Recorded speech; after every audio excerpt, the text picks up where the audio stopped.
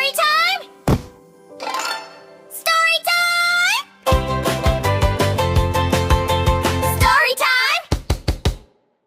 ஒரு அழகான காடில் போப்போ என்ற ஒரு சிறிய கரடி வாழ்ந்து கொண்டிருந்தது.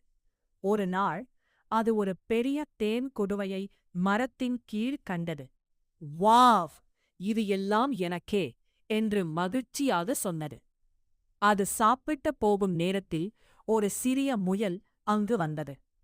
எனக்கு மிகவும் பசிக்கிறது, கொஞ்சம் தர முடியுமா என்று மெதுவாக கேட்டது. போப்போ தேனை பார்த்தது, பிறகு முயலை பார்த்தது. சில நிமிடம் யோசித்தது, பிறகு சிரித்து, நாம் பகிர்ந்தால்தான் இன்னும் ருசியாக இருக்கும் என்றது. அவர்கள் இருவரும் சேர்ந்து சாப்பிட்டு மகிழ்ந்தார்கள். அதற்குள் ஒரு பறவையும் ஒரு அணிலும் வந்தார்கள். அனைவரும் சேர்ந்து தேனை பகிர்ந்து கொண்டார்கள். அந்த நாளில் போப்போ ஒரு முக்கியமான பாடம் கற்றுக்கொண்டது. பகிர்ந்தால் மகிழ்ச்சி அதிகமாகும். கற்புரை, பிறருடன் பகிர்ந்து வாழுங்கள், அதுவே உண்மையான மகிழ்ச்சி.